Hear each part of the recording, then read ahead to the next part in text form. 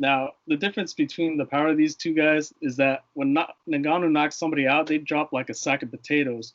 Now, with freaking Rosenstruck, they just kind of, black out.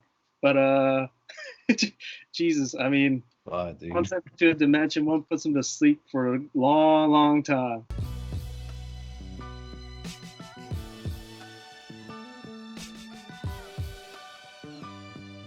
Welcome, everybody, to the Ring Generals Podcast UFC show special. We have returned for the first time since predicting Conor McGregor and Israel Adesanya and Yoel Romero. Look, a little mistake there to start the podcast. We had a week off.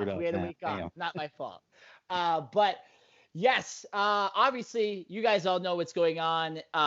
We haven't been able to do a big UFC show recently because there's been no UFC, period. No fights, no boxing, MMA. Only thing, pro wrestling is going on, but... Yeah, exactly. And besides that, nothing. Obviously, we know the struggles. Shout out Macho Man, Randy Savage. We know how long it's taken for Dana White to get this card going. Guys, how excited are we that we actually have fights? Hopefully, crossing my fingers, hopefully this Saturday. Man, it's stacked. It's stacked. Looking at that card, I didn't thought it was going to happen, but it looks like Florida. Thank you, Florida. They are actually going to make it happen. Florida, thank you, bless you. And hopefully that might be a sign for just sports in general. This could be the leading charge for sports. Whether they take the precautionary, they're going to take precautionary areas. They're going to do whatever they can to keep the fighters safe. So I'm happy for it. And then the rest of sports can get in line, and they'll probably say, "Hey, we're going to do this. We're going to do our shows just like UFC would do." Yeah. Jesse, my man, how excited are you? Because I know you're in the MMA community. How excited are you to actually watch fights again? It's the first time since that empty arena show in Brazil. I'll tell you this. I'm so excited that I can my pants right now. So, that's how excited I am. So, you don't have to oh, look at that. How many minutes are we in? We are, 5 minutes away? 5 minutes in. It's a new record. Yeah, and we got so already, things off, man. hey, take it as it is. That's how excited I am. Hey, and you know what? I think a lot of people are feeling that way. Maybe not exactly the way you portrayed it, but they're feeling excited. You didn't turn pink. You didn't turn pink, Jesse. I'm gonna be rock hard though. That's for sure. But anyways, yeah, I am excited for this card to happen, and can't wait. Ooh, and here's the thing too. I think we'd be excited if we just had any card. We had any sort of fights going on, whether it be Bellator One Championship, UFC Fight Night. But no, we have one of the best cards of all time to get ready for. We have preliminary card fights that should be main events. We have early prelims that should absolutely be on the higher cards. And we have main events stacked on top of each other like pancakes for this card. The UFC is going all out to present what is going to be the first sporting event, realistically, here in the United States since this whole lockdown, shutdown, whatever you want to call it, stay-at-home orders that we've all gotten here for the coronavirus. It's going to be headlined by Tony Ferguson and Justin Gaethje. I cannot wait. Henry Cejudo versus the returning Dominick Cruz. I can't believe that's happening. That almost seems fake. Jeremy Stevens versus Calvin Kattar. Greg Hardy on the card. Donald Cerrone and Anthony Pettis on the prelims. And then I think all of our personal favorite fight on this card, Francis Ngannou versus Rosenstruck. I cannot wait. Oh, my God. See, that's why I said it's fucking fantastic. It's a damn buffet. God. It's a whole buffet, man. Like Mosby always said. The whole buffet. This is not a 3-piece and a soda. This is an 8-piece and 3 sodas. In this card. Buffet. Yeah, exactly. Yeah, exactly. Yeah. This is a Thanksgiving feast here in May. of MMA fights. Also on this card, Alexei Oleinik versus Fabricio Verdum, Carlos Esparza versus Michelle Waterson, Uriah Hall versus Ronaldo Souza. Vicente Luque is on the preliminary card. This is unreal, guys. I mean, whew. And again, we're crossing our fingers. We hope it does happen because this whole show will be pointless if it doesn't. Yeah. But yeah, it's going to be exciting. For the rest of this show, too, we will also look at some of the fights that are supposed to happen in the next 2 weeks as well. So we won't just be going exclusively over this card. And then we will go over some other MMA news as it pertains to us. But, guys, how do you want to go through this? I mean, well, first of all, what fight are you guys most excited about? I know I joked about Francis Ngannou and Durinho Rosenstruck, but I mean, out of all these fights, what are you guys looking forward to right now? I mean, actually, I'm looking forward to the Cejudo and Cruz fight. That's what I'm looking forward to. But it's my preference. But also the other one that's second favorite for me is Ngannou, of course, and versus Rosenstruck. So, I mean, these are a battle of two animals, two beasts, two giants. I mean, you can't even fathom what the hell is going to happen when in the first round. I swear to God, I'm going to lose my mind if something happens crazy. So, I mean, who knows? But also, Ferguson versus Gaethje is another exciting one. Will there be blood? Hell yes, there will be blood. I mean, there's going to be broken noses. There's guaranteed there's going to be someone's going to get dropped and then bounce back. So who knows? But overall, Pettis versus Cerrone. First fight ended pretty damn quick, but I can't wait for the second fight between these two. These guys are basically veterans, legends of this fight game. So can't wait. See, Jesse is so excited. I asked him for 1, and he gave me 4. This guy shows it's too crazy, man. Yeah, he's stir crazy. He's more stir crazy than John Jones over here. Oh man! Jesse is absolutely killing me. He's out of control right now. Killing me. There's so many times where I'm gonna have to change the screen now when he's saying this stuff. It's murdering me, but I love it. I wouldn't have it any other way. Eric, fight that you're most excited about before we kind of go through the whole card. I have way too many to count, but the one personally that I'm obviously going to go for is Ngannou and Rosenstruck. Those guys are going to go at it. It's going to be a war. I cannot wait for it. I've been waiting for this one. I was looking forward to it last month, but I'm glad it's being stacked on this one. Donald Cerrone and Anthony Pettis are going to go at it the second time. We'll see what happens. Cerrone, is he going to get the upper hand? Is Pettis going to, one-up him again? So that's another one. Two legends, Oleinik and Verdum, was the two great battles. This is going to be a great battle. Two great fighters as well. Cejudo and Cruz, the return of Cruz. I'm excited to see Cruz and see how anything like what he's brought to the table and what he's going to be bringing to the octagon. So I can't wait for that one. Obviously Ferguson and Gaethje. Gaethje, you're going to see some bloodbath in this one. Obviously, a lot of the fighters, they do not come out the same when they go up against Ferguson. If Ferguson loses, it doesn't matter. The guy, he's going to still leave a mark on the fighters' faces, whether it's going to be a pretty face or not. It's going to be looking like just red all over the place. Sosa and Hall, geez, I mean, what else can you expect? Esparza and Waterson, geez, I mean, it's just way too many to count. I mean, but for me personally, it's Ngannou and Rosenstruck.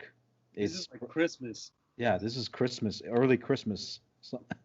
Well, especially what we've been all going through too. To have something like this happen, it's just it's amazing. It's amazing. And that is stimulus check right there too. Oh, that's true. That's true.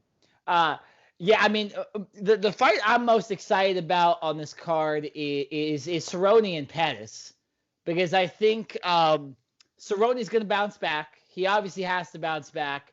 I saw in a recent interview, I forget who exactly it was with, but he said that he was mentally unprepared the day of the Conor McGregor fight. He said it happens to a lot of fighters where you just show up and it's not your day. That's probably why that Donald Cerrone, and that's probably why he lost in 40 seconds or whatever it was.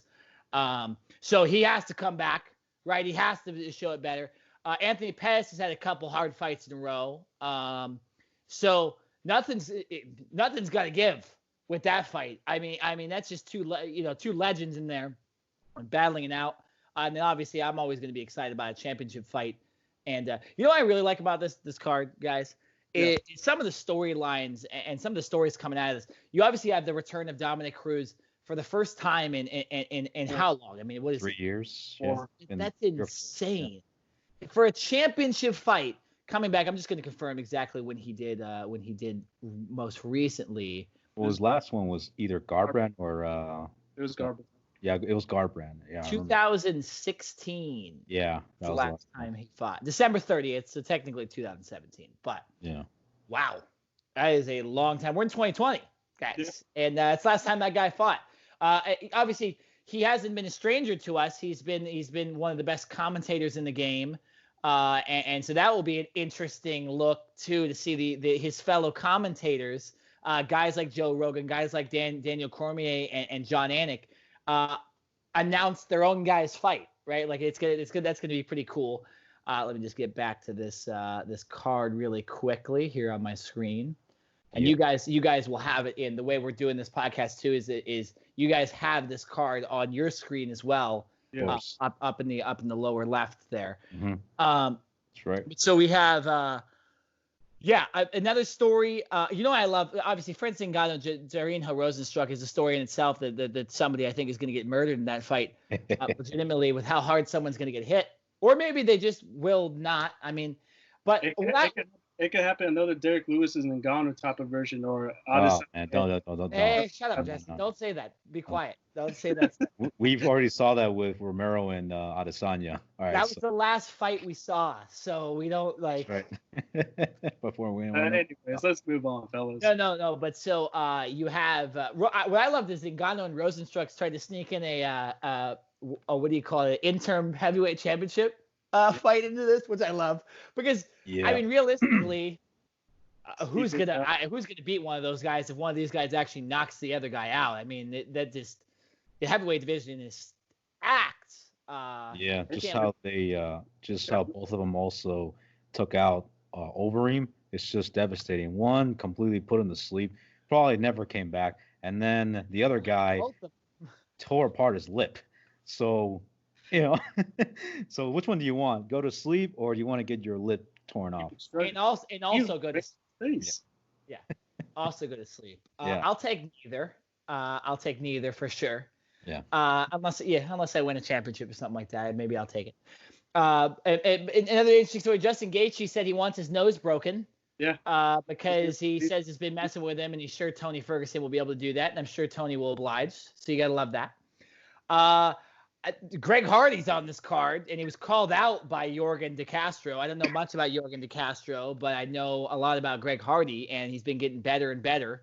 And he's been scheduled for this card for a little while, so he's for sure ready. Uriah Hall has been sleeping at the gym. He's been living at the gym. So put all your money on Uriah Hall, but that would be a total waste of time if he lost to Ronaldo Souza. Man, there's a lot to go around here, and we have a lot of big fights to go. Which fights do you guys want to look over specifically? Because I think we have a lot here, and we have a lot of time on this podcast too. No time limit here, so why don't we pick 4 fights to go over? Which 4 fights do we want to go over? Obviously, we'll go over the championship fights. We'll go over Ngannou and Rozenstruik. So what's the extra one that we are going to go over here? I actually want to go with Zoza and Uriah Hall. Okay. I like that one. So we'll do that one as well. And those are the 4. So why don't we start with that, Jesse? Why don't you give your commentary on that and give your opinion on Uriah Hall and Ronaldo Souza, who are starting the ESPN card? Yeah.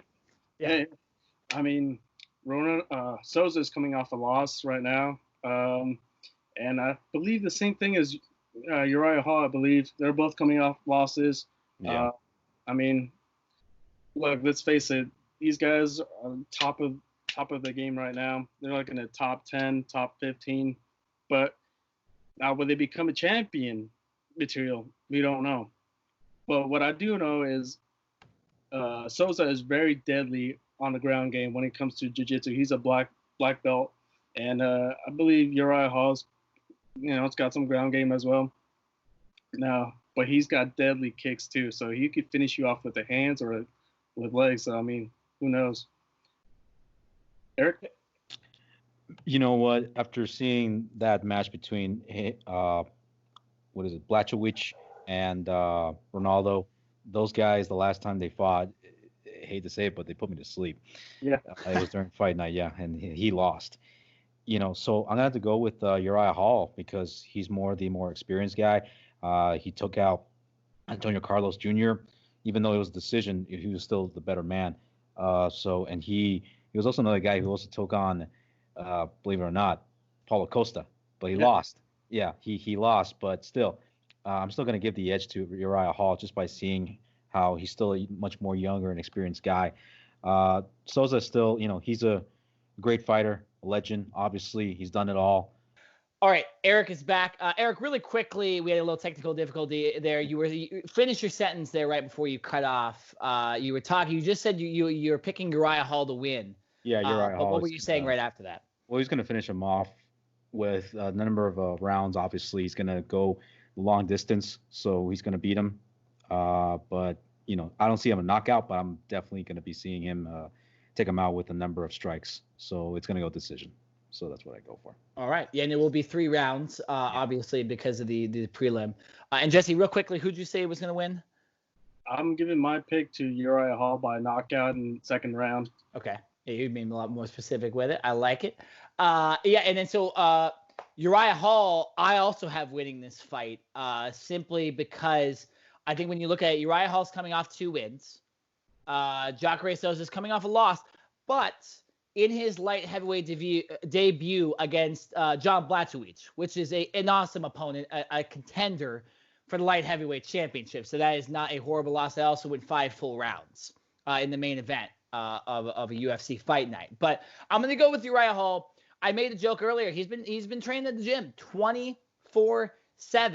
How could you not pick a guy that's there? We don't know what Jacare has been doing. We don't know what a lot of people have been doing during this coronavirus lockdown. But I have to give it to Uriah Hall. I think his confidence is up. He's a knockout artist. All it takes is one punch. So I will go. I'll go knockout in the 3rd round. I think it's gonna be a surprise knockout. I think he'll be winning the fight before that, and I'm gonna go Hall getting a win here. But I think it's gonna be a great starter for the people that are watching on ESPN here. A great fight to start. I'm going Uriah Hall in a knockout in 3. Eric, you're going full decision. Yeah. Yeah, Uriah Hall with a dominating win, and then of course you have Jesse knockout in the 2nd round. All right, let's move on to the other non-title fight we'll be talking about specifically here, and that is Francis Ngannou and Jarino Rozenstruik. His name is so hard to pronounce. His first name, yeah. And shout out Jarino. He's liked a couple of our stuff on social media as well. So shout out Rozenstruik there. And yeah, like you guys mentioned, Francis Ngannou has been waiting for a title shot for years now. Obviously, he unfortunately had the kind of non-fight versus was it Derek Lewis or was it Stipe Miocic? It was Derek Lewis's. Which I think set him back a little bit in the heavyweight rankings. You have Rozenstruik, who, I mean, he knocked out Overeem, like you guys mentioned, at the very end of the fight, in a fight that he probably would have lost. But that shows you his knockout power. But this is about knockouts. It's about how strong and dominant they are. Rozenstruik, it almost looks like he barely hits people sometimes, and guys drop. Francis Ngannou looks like he kills people, and then they get knocked out. Jesse, who's winning this fight? You can't say no. You have to pick somebody. Ring generals, you have to pick somebody. Rozenstruik or Ngannou. Who moves up in the heavyweight ladder, and when does it happen? Okay, so if it's a 3-rounder for sure. I wish it would have been 5. Okay, let's be honest. We all wanted to be a 5-round fight. Yep. But that's not gonna happen. This card is way too damn stacked. But I'm gonna go with Rozenstruik. round 2. Oh no, round 3. By knockout. Surprising, Jesse, by knockout. Yeah, go. So, but like now the difference between the power of these two guys is that when Ngannou knocks somebody out, they drop like a sack of potatoes. Now with freaking Rosenstruck, they just kind of black out. But Jesus, I mean, one sent to a dimension, one puts him to sleep for a long, long time. So, but if I'm gonna choose between these two guys, I'm gonna go with my guy Rosenstruck. No offense to Ngannou, I love you guys, but I'm going with my guy here. Oh, you offended Ngannou by saying he's getting knocked out in the second round. You offended Francis Ngannou. Eric, what you got, buddy? Ngannou versus Rosenstruck, battle of the knockout artists. It's a really tough call for me to say because both guys are hungry. Ngannou's been fetching for a title shot for a long time. He's been asking for it for a while now. And Ngannou is obviously on a rampage just to get that title shot. So for Rosenstruck, I would say that he's also got the edge. And I do believe you, Jesse. I do really think that maybe Rosenstruck can knock him out in the third round, but that's only if he gets to just soften him up. So if there's a way for Rosenstruck to completely decimate Ngannou, he's going to have to pick him apart little by little in the first and second round. I think the second round is where he has to really devastate him. But if I had to pick a winner, I really think a guy who would come out victorious and who can go up against and take pain, I'm going to have to go with Ngannou. I really think that Ngannou, he's going to knock him out. Second round. Oh, my God. Second round, because I know Ngannou might underestimate him. He's going to underestimate him in the first round, and I really think he's going to do that. So he's going to come out. They're going to come out full force in the first round, and Ngannou is going to find his pattern. And in the second round, that's when Ngannou will catch him, and then that's when he'll I hate to say it, man, but I think he's going to put him to sleep. But the only thing I think what's going to happen is that Ngannou, I don't think it's going to come out the same. I really think that Rosenstruck, you know how he let that lip battered from over him? I think he might do the same thing to Francis. Yeah. But even though Francis might win, I mean, he will win. He's not going to come out the same. Oh, you guys are making me tie break it. I love it. I love it. I love it. I love it. Hey, and I'll go with this. It's going to be a knockout. Not surprising. What round? I think it's going to be first round. Oh, shit. I think it's going to be really, really early in the fight. I'm talking the first 2 minutes of the fight. And I think it's going to be my boy, Francis Ngannou. I think it's going to be Francis Ngannou. And the reason I say this is because Francis Ngannou, I think if he connects with one punch, it's lights out. We've seen it too many times. The guy does not just hit you, he knocks you out. And I think what we're looking at with this fight is everybody's been waiting, including these guys, for a fight. They can't take punches, because they hit so hard. And I think Ngannou is going to be like, I'm ending this early. I've been waiting to knock this motherfucker out for so long that they're just going to come swinging, and he's going to connect with an uppercut or something like that, and Rosenstruck's going to go down. I don't know if we're going to have a legitimate knockout where Rosenstruck's sitting on the ground, but I think it will look brutal enough to where the referee will stop it real quickly, and I think all of us won't complain either. But yeah, I'm going to go really early. First 2 minutes of the first round, I think Ngannou is going to catch him relatively early, and this fight will end quickly. Do I hope that it goes all 3 rounds and we have one of the best heavyweight fights ever? Yes. But I just don't think that's going to happen. So I think Ngannou's going to kill him in the first 2 minutes. There's like a 2% chance of that might happen to go all 3 rounds, but God forbid. My God. The one thing about this too that's interesting is that the chins on these guys obviously is great too. So although I think Rosenstruck will end up getting knocked out, because I don't think anybody's as strong as Francis Ngannou possibly in the world. I'll be honest right there. You know what I'm saying? But there is the chance that they have great chins and maybe there's not as much action as we expect and it just goes the full 15 minutes, right? And we have a winner. And I think even in that case, I would still go with Ngannou to win because I just think Rosenstruck last fight against Alistair Overeem, who's not as good as Francis Ngannou. I think we can all agree with that. Yep. He went all 5 rounds with him and would have lost that fight if he wouldn't have knocked him out. And I just think that will be to the detriment. I think Rosenstruck's right there. He's almost there. Like, he will eventually become the heavyweight champion, but I think it's Ngannou's time. Ngannou's time. He's been waiting too long, literally and figuratively, for this fight. And I think, after this, we're going to have to seriously consider Francis Ngannou for a heavyweight title fight, whether it's interim championship or it's the actual championship against Stipe or if Daniel Cormier wants to fight one more time. Well, yeah, it's gotta happen nevertheless. Like between Yeah, one of those two is going to happen. Obviously, DC wants to have first dibs on Stipe before he retires. For Ngannou, I think he doesn't care who is the champion. He's like, I don't care if it's DC or Stipe. I just want my title shot. I don't think an interim is for him good enough. I think he just wants the title because he's been waiting for so long. So that could be another one. Like I said, I think I'll say this: Francis, he ain't fighting JDS. He ain't fighting Blades. He ain't fighting Velasquez. He ain't fighting, his previous guys like Lewis. He's fighting against Rosenstruck, and I think he shouldn't be taking Rosenstruck lightly because I think Rosenstruck is you should watch that tape that he did to Overeem. So. I mean, if you haven't seen that, I think we might even put it on our social media. I put it on the story. I want to put it on Twitter. Yeah, put it on Twitter.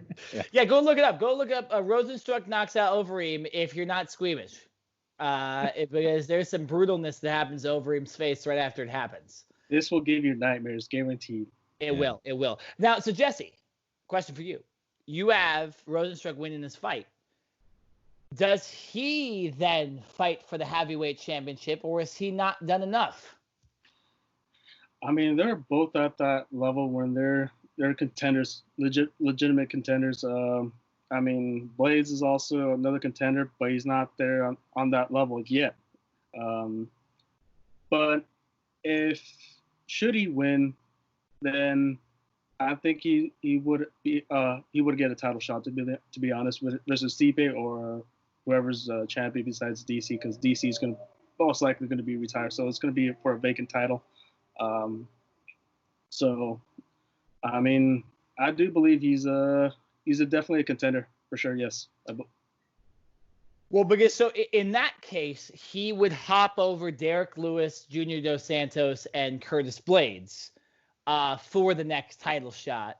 Yeah. I think regardless, Stipe Miocic is fighting for the title, after this happens, unless obviously his eye injury ends his career.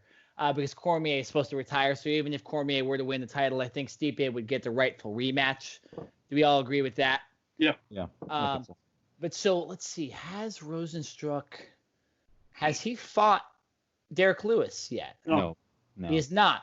This is where, and that's why I asked the question. This is where I disagree with you. I think he has to fight Lewis. You think so? I think he has to fight Lewis, and then that would be the number one contenders fight for the heavyweight championship, because I think the heavyweight's not going to fight for a while anyways. So there will be enough for one more contender fight, but I think it'll be like interim status. I mean, that is if Miocic is still, has an ailing eye injury, and it's not like we're going to force him to fight, but if he can't fight and he's injured, you have to relinquish the title. I mean, speaking of that, we're going to see Dominick Cruz, who never lost the championship, fighting on this card. Stipe, you technically won't lose the championship. You'll get your fight later, but I just disagree, because I just think the fact that he hasn't fought Lewis and Lewis is above him in the rankings, I'm going to go college football style on this. They got to play, right? They got to play against each other. Let's not forget this, though. The rankings don't mean nothing as of lately. So, that's true, but what has Derek Lewis done that is not allowing him to get? Because I think we all could all agree Junior Dos Santos doesn't deserve a championship shot right now. Yeah. Yep. Sad to say, I love JD. Yeah, it's true. It's almost like throwing in Brock. Like if Brock were to come back and then all of a sudden he gets a title shot. No. Brock would get a title shot. What are we talking about here? Yeah. That's the one that doesn't make sense at all to anybody. But he's Brock freaking Lesnar, so who cares, right? Anyways. But here's the other thing, and the reason I say Junior Dos Santos is because he lost to Francis Ngannou, and if Rosenstruck were to beat Ngannou, naturally he would, Lewis also beat Ngannou in a fight, if you call it that. What's there? But so really interesting. Eric, your take. Do you think Rosenstruck fights for the heavyweight championship if he wins this fight? I think he still needs a couple more fights, a little bit more fights, because Ngannou, he was already destined, but I don't think Rosenstruck just yet. If they were to throw him another top ranking contender after this, I mean, I don't know how this will change in the ranking systems after this, or is this going to be just a one-time thing, and then we're going to go back to having no fights or wait till pay-per-view and have no fight nights? I don't know how it is, but I think if Rosenstruck were to win, I don't think so. Just not yet. Rosenstruck, he's gonna have to wait for a little bit until the ranking systems, whether it's manipulated or can be a bit, biased. It can be biased. Then I think Rosenstruck is gonna have to wait. Well, and see, to Jesse's point, and this will transition us into our next prediction here. So I'm looking at the bantamweight rankings here, guys, and Dominick Cruz is not in the top 15, but he's fighting for the title. And this shows you, yes, you're right, Jesse, that the rankings don't matter as much. But I think when you have so many legitimate contenders at the top, and you have a Curtis Blades who's been knocked out by Ngannou twice, so he's not going to get the shot yet. You have Derek Lewis who beat Ngannou. You'd have Rosenstruck that would have beaten Ngannou. Remember, these are all hypotheticals. We're not all predicting Rosenstruck's going to win, but we're just stating if he does win, right? You have to consider whether he's worth it just because he knocked out Francis Ngannou, who's never been a champion, right? So a lot there. But let's move on to our first championship fight prediction, and that is Dominick Cruz versus Henry Cejudo. Like I just mentioned, Dominick Cruz returning for the first time since December 30th, 2016. You heard that right, 16. Years. And by the way, when he came back and did that, when he left the sport, he was the champion. He never lost his. Or actually, no, that's wrong. He did lose his championship as well to Cody Garbrandt. But we're looking at this as a return, and then he's facing one of the best pound for pound fighters in the world, Henry Cejudo. Jesse, I'll let you start off again. I'm gonna let you start off every single prediction here.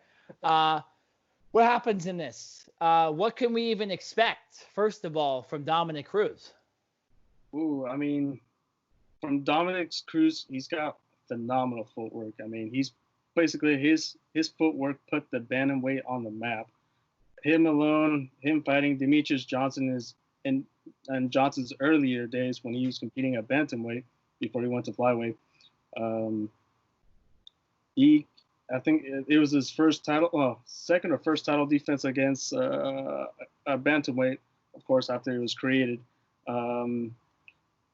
But Dominick's been dominating some of the top fighters like Faber, Benavidez, and so on before. But the only thing that's always kept him from being able to stay as champion was his plague with injuries during his training camps. He'll have one, he'll tear like an ACL, and then he'll mess up his groin, and his injuries always plagued him from being greater than he was supposed to be. But nevertheless, his movement is so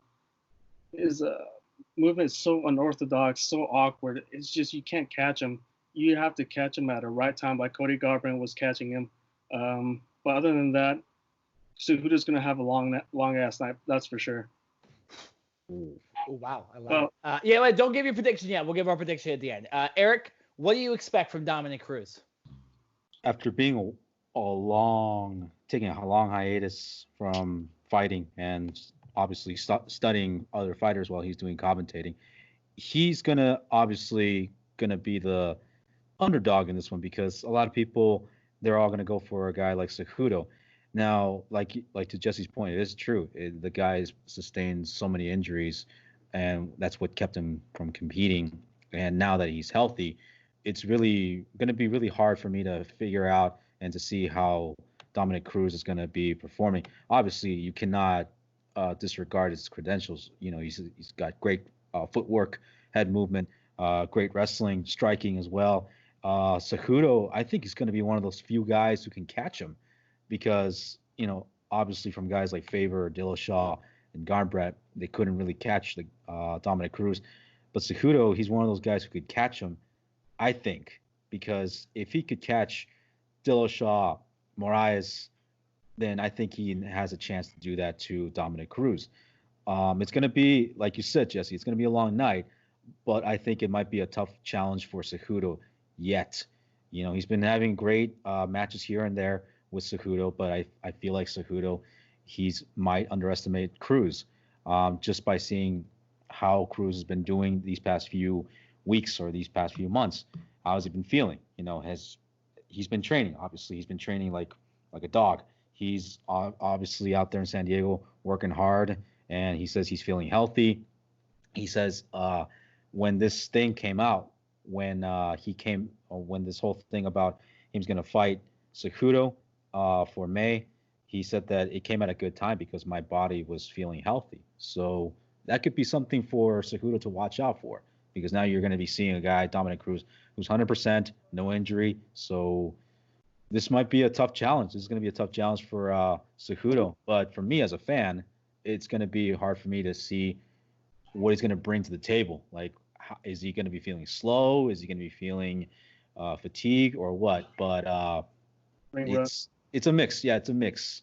It's a little bit. Maybe you might say that it's a little bit like kind of like how Conor McGregor was going to, he returned. But with Conor McGregor, he had a year to come back. He had a year for that. Those two guys, Conor didn't have injuries. Yeah, he didn't have injuries. Yeah, that's true. He didn't have injuries. Yeah, but I think the return for Dominick Cruz, 3 years, it's a long thing. You can probably say the same thing about Nate Diaz. He took about 2 to 3 years hiatus. He did that because he said that the division sucked. So. Yeah, it really is unprecedented, Eric. Yeah. What we're watching here. I mean, Jesus, Dominick Cruz beat Demetrius Johnson at one point.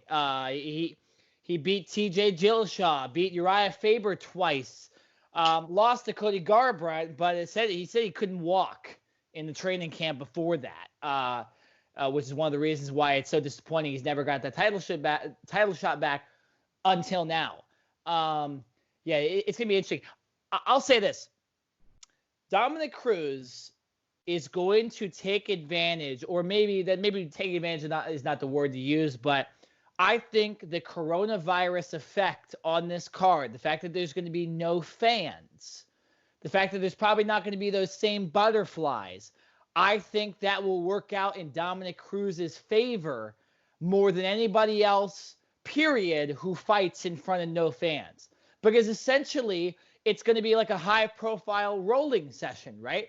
It's just going to be a high-profile training session, although you are actually fighting Henry Cejudo, who's an Olympic gold medalist, who's triple C, right? So broken freaking neck. Yeah. Shout out to Kurt Angle, was fired by the WWE. But so I think the fact that the ring rust factor is not really going to be as much as we think, because you're not going to have the energy of the crowd. You're just going to have 15, 20 so people watching. 3 of them are going to be your cornermen.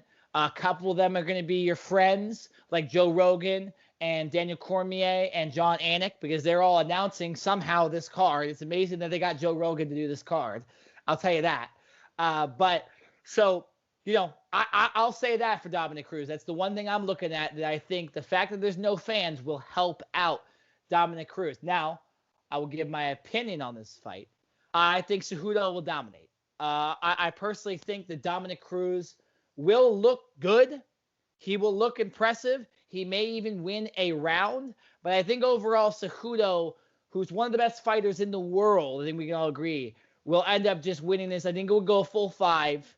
And I think Cejudo will win. But it will show is if Dominick Cruz doesn't retire after this fight, that he can still do it even after this layoff. So hopefully no injuries to Dominick Cruz, but I do personally think that I can't go against Henry Cejudo in this fight. Triple C, that's his name. Triple C, excuse me. The cringe champ. So Jesse, you're going for Triple C? Yeah, I'm going with Triple C. Look, the difference between the level of wrestling that these two guys have, Henry Cejudo is phenomenal. He was basically groomed up to be this guy, to be a champion, to be Olympic wrestling champion, and Dominick wasn't put in that type of surrounding when they're both coming up from both wrestling backgrounds. But there's different levels to wrestling here, and I'm obviously going to be choosing Henry Cejudo. Now, he's very technical. I mean, people sleep on this guy a lot. They see too much. They see too much of his cringe, I guess, and people are sick of it. Of course. Yeah. But that's his thing. That's the point. Colby Covington has his own thing. Yeah. Why not Henry Cejudo? Conor McGregor has his own thing. I mean, everybody's got to have their own bit. But overall, this guy is as tough as they come. He went through a brutal war with Moraes. In the first round with Moraes, he was getting his legs picked off. Yep. I mean, his legs were purple and blue by the end of the fight. And that guy cannot move, but he just went in there and brawled. Wasn't pink, right, Jess? Jesus. Like Dana. I don't even know what you guys are talking about with that the whole time, too. Yeah. So tell me after. Yeah, we'll tell you later. But nevertheless, Cejudo has a chin, too. He's got a chin that usually puts people to sleep. I mean, yeah, he's got a rock hard chin, and I'm definitely gonna go with Henry Cejudo, aka Triple C, the little goat. I mean, why not? He's been more active than Dominick Cruz has been in the past 4 years. So I'm gonna go with the favorite with the champ. Yeah, same thing. I'm gonna go with Triple C, Olympic gold medalist, 2-time champion. Finally got himself a girlfriend. So the guy, he's definitely going to. Come on. So the guy, he's definitely winning. So, for Dominick Cruz, let's face it. I think for Dominick Cruz, even though if he is going to lose, they're going to go 3 rounds. I think that's how it's going to go down. It's going to go 3 rounds. Cruz is going to come out short, but I feel like Cruz, he might say that, hey, I still got a couple more fights underneath my belt. This fight just demonstrated that, like you said, Nick, that this might help him out and he will not retire soon. So I think Cruz, he's going to use this as an example for him to keep on fighting in the future. Cejudo is just like we said, he's been active. He's been just fighting left and right, taking out everybody in the division. And like we said, like quote unquote winning. So I think Cejudo more prepared, more ready. And yeah, I'm going to go with Cejudo Triple C. Okay, so we all said Cejudo is going to win this fight. Does his shoulder injury come into effect here? Is that maybe a point that Dominick Cruz looks at? The reason Cejudo hasn't fought for a while is because of a shoulder injury that he sustained in his last fight. Do we think Cruz has a chance simply because of that? Maybe somehow Dominick Cruz is coming in here as the more healthy fighter.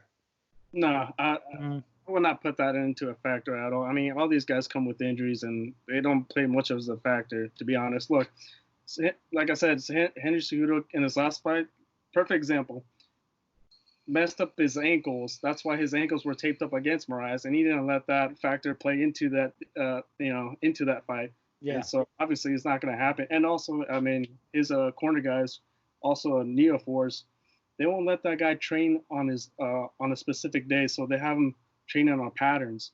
So they'll give him a rest day. He'll eat his meals at a certain time. Everything's broken down. So he's got a great group of guys. He's got a great team behind him. Obviously, this injury ain't going to play an effect as the fight with Cruz. So, no. A stern no from Jesse. Stern no right there. Eric, what do you think? Unless Cejudo attacks him straight on with his shoulder. I think he might. His shoulder? No. No, I mean, I think no. What I'm saying is that Cejudo, what he's going to use is that he might have to maybe re-injure that shoulder of his just by attacking the shoulder, just by suplexing him and try to take him down and try to break his shoulder. Okay, so then what you're saying is you think there's a chance that it might come into play. It might come into play if Cejudo is smart and utilizes it. All right, he might utilize that as an advantage and take him down and re-injure that shoulder. So, yeah, but like Dominick Cruz said, he's feeling healthy, so it's kind of hard for me to, believe that. But as far as that goes, I think Cruz, he's going to come out short, but at the same time, I think he's going to lose due to this decision. Yeah. So you said Cejudo you're saying decision. Yeah, decision. So because you said 3 rounds earlier, you meant 5. 3. Oh yeah, 5. I forgot it was. Yeah, because I was like 3. Like, I forgot it was 5. He said 3, and then he said his morale would be good, and I was like, I thought it was the end. Yeah, I thought it was. Yeah, that was 3, but it's fine. No, you're all good, bud. And then Jesse, I don't think you gave a prediction of what round. No. I'm gonna go with all 5 rounds. Yeah. So we all got the same thing. We got Cejudo in 5. Yeah. Winning here, and Cejudo will remain Triple C. All right, moving on. The main event, the fight everybody's been talking about, the fight that we weren't supposed to get, and maybe a little disappointing to some fans, but it's not disappointing to us. It's not disappointing to us. This is going to be a bloodbath. This is going to be one of the most brutal fights we watch, unless there is an early knockout, which I doubt will happen. And it's one of the most fun fights I think we might see all year, maybe ever, right? Justin Gaethje versus Tony Ferguson for the lightweight championship, interim lightweight championship. That is Tony Ferguson's, technically, he never lost the championship, right? He's still the champion. Justin Gaethje is replacing Khabib, who did have the lightweight championship, excuse me. God, how the hell do we predict this one? Well, Jesse, you got the floor, of course. Justin Gaethje versus Tony Ferguson. Which one of these insane men will win the fight? This fight's it's the second best fight lightweight title in my pick, in my opinion. This is going to be a rocket socket type of fight. There's obviously going to be blood. There's going to be possibly broken orbital bone, or God forbid, a doctor stoppage. I hope not. Oh, dude, I swear to God, I will come on here and scream next week if we have a doctor stoppage. But overall, I mean, this fight is it's crazy. It's one hell of a fight. I mean, unfortunately, Khabib is not unable to attend this fight and feature in it. But I'm glad Justin Gaethje stepped up and willing to take on Ferguson. Now, with these two guys, they both coming off of wins over Donald Cerrone, of course. Now, the difference between these two guys, from our last picked apart, Ferguson was able to, touch him up, cut him, where in areas Gaethje was able to just basically brutally put him to sleep. He did it with Edson Barbosa. They both, actually, funny thing, they both fought Edson Barbosa. Yeah.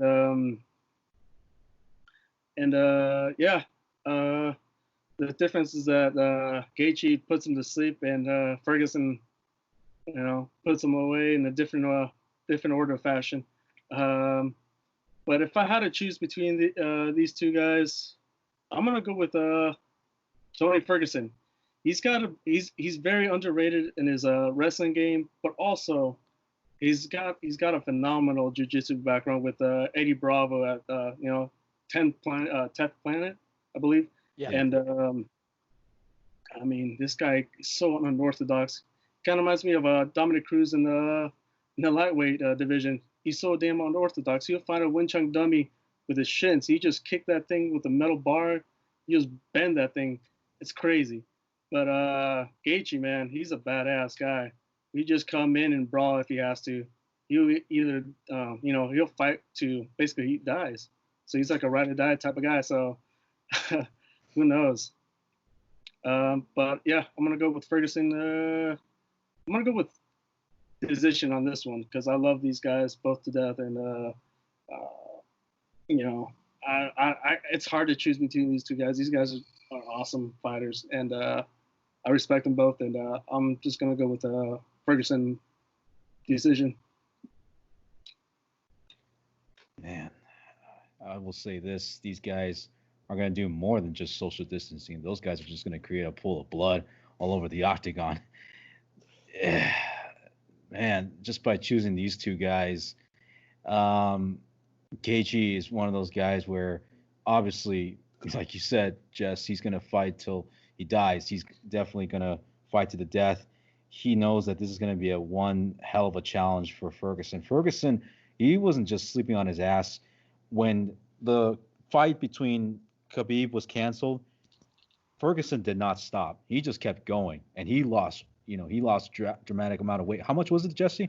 How much did he lose as far as weight goes? No, he was still weight cutting when. Yeah, he was weight cutting it, but like was announced. He was like around in 60s, I believe. Yeah, like 168, 167, somewhere around there. So he was still weight cutting, and he said that cancel or not, I'm still fighting. And he just, that's the kind of mentality that Tony Ferguson is. And I've said it before. Khabib was he should not take Ferguson lightly. And with Gaethje, same thing. He should not take Ferguson lightly because he's just so unorthodox. His ground game is awesome, and just the way how he just does his rolls are just unbelievable. When I saw him fight in the Ultimate Fighter with Dos Santos and Lesnar back in 2011. Yeah, I remember those. Yeah, 2011. That was the first time we got exposed to Ferguson. The guy, he can move. The guy you can say that the guy, he should belong in action, like those action movies. Yep. Ferguson, he's also one of those guys where, it's just if the rolls don't work out, his elbows are the next in line. So he doesn't have to rely on just like one moveset. He can rely on more. He's got a whole buffet of moves.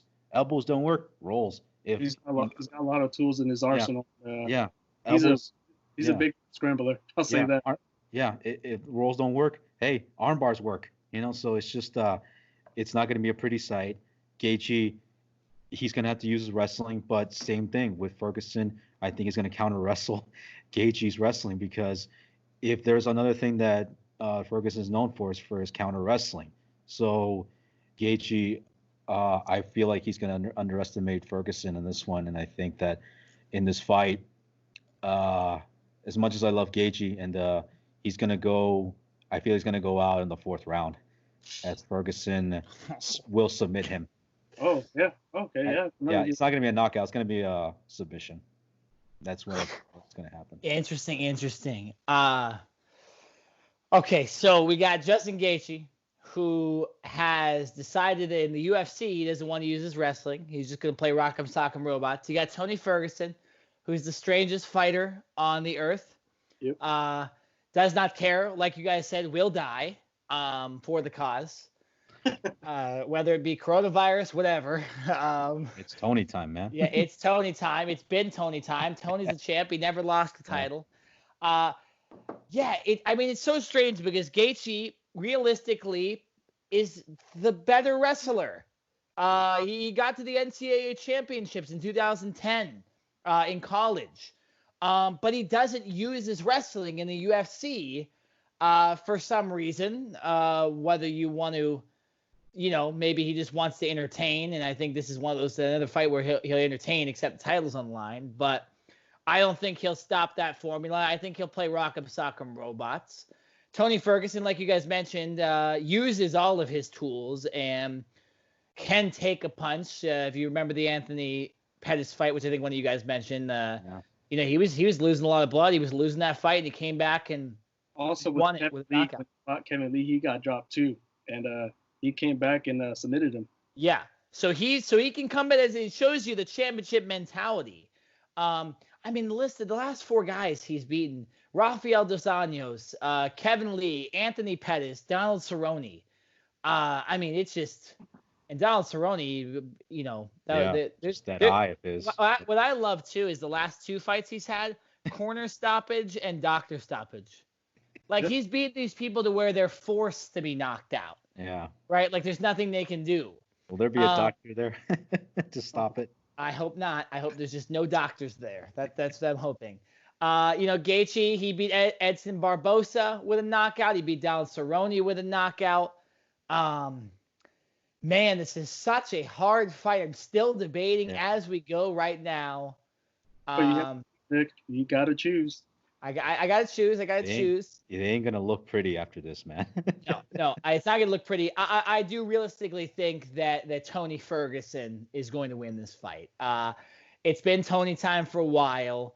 I think when you look at it, Gaethje still technically this is kind of a short-term fight in some ways for a championship fight.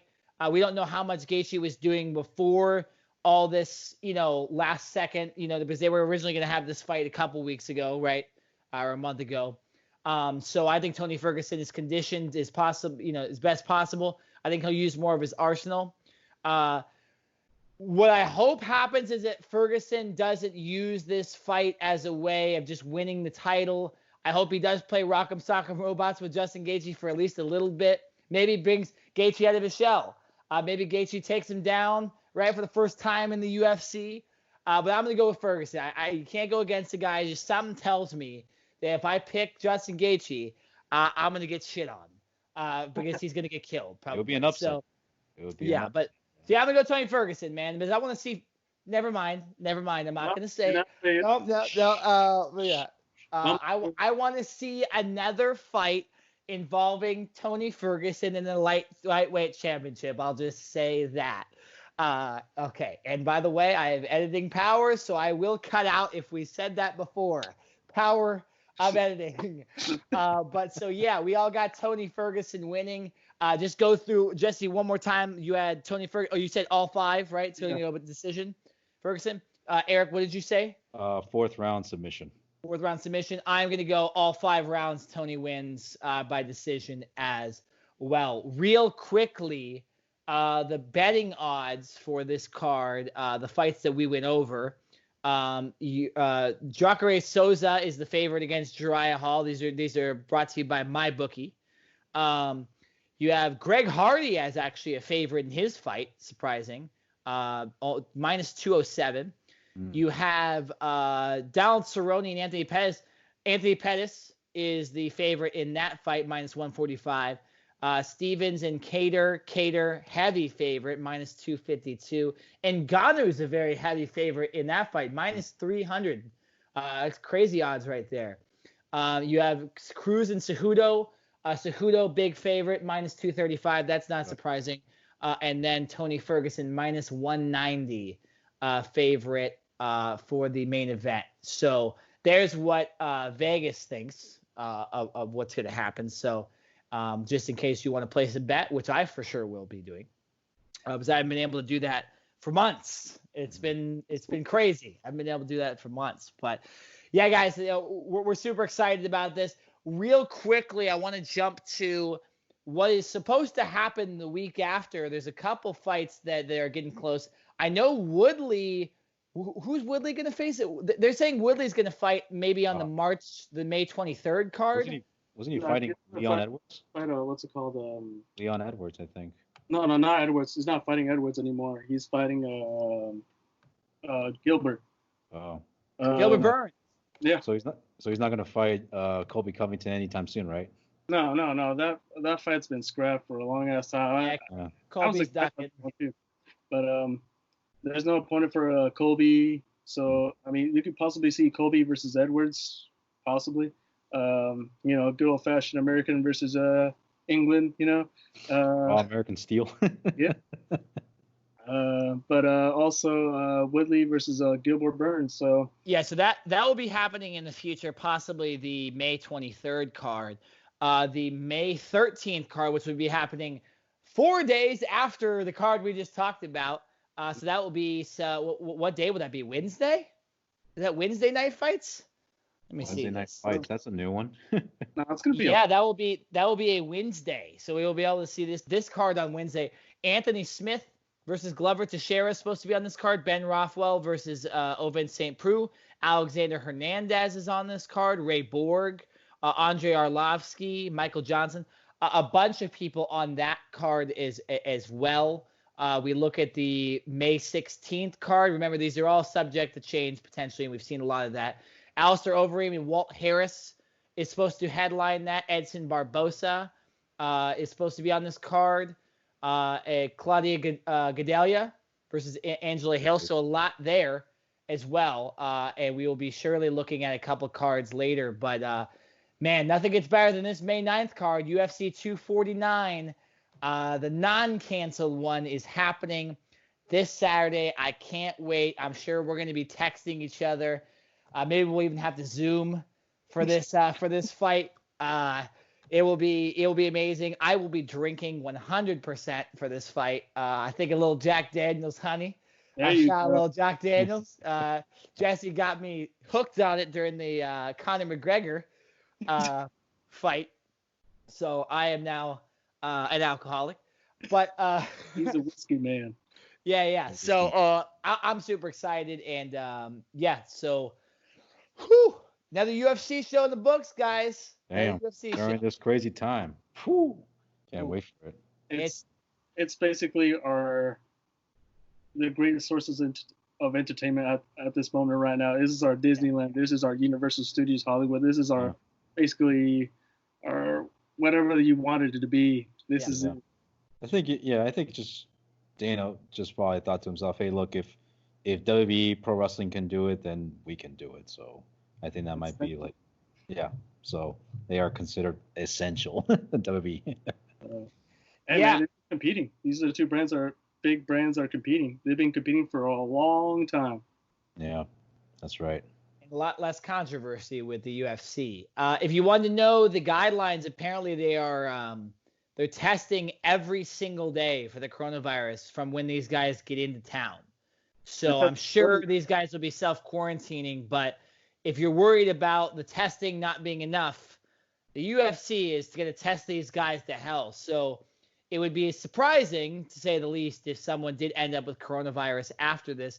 We obviously hope that does not happen, because that might, not only will that be unfortunate for the person that gets it, but it will also put into future doubt possibly all other sports if this does happen. So hopefully this all goes over well. Hopefully we have some great fights. Hopefully we have some of the greatest fights of all time.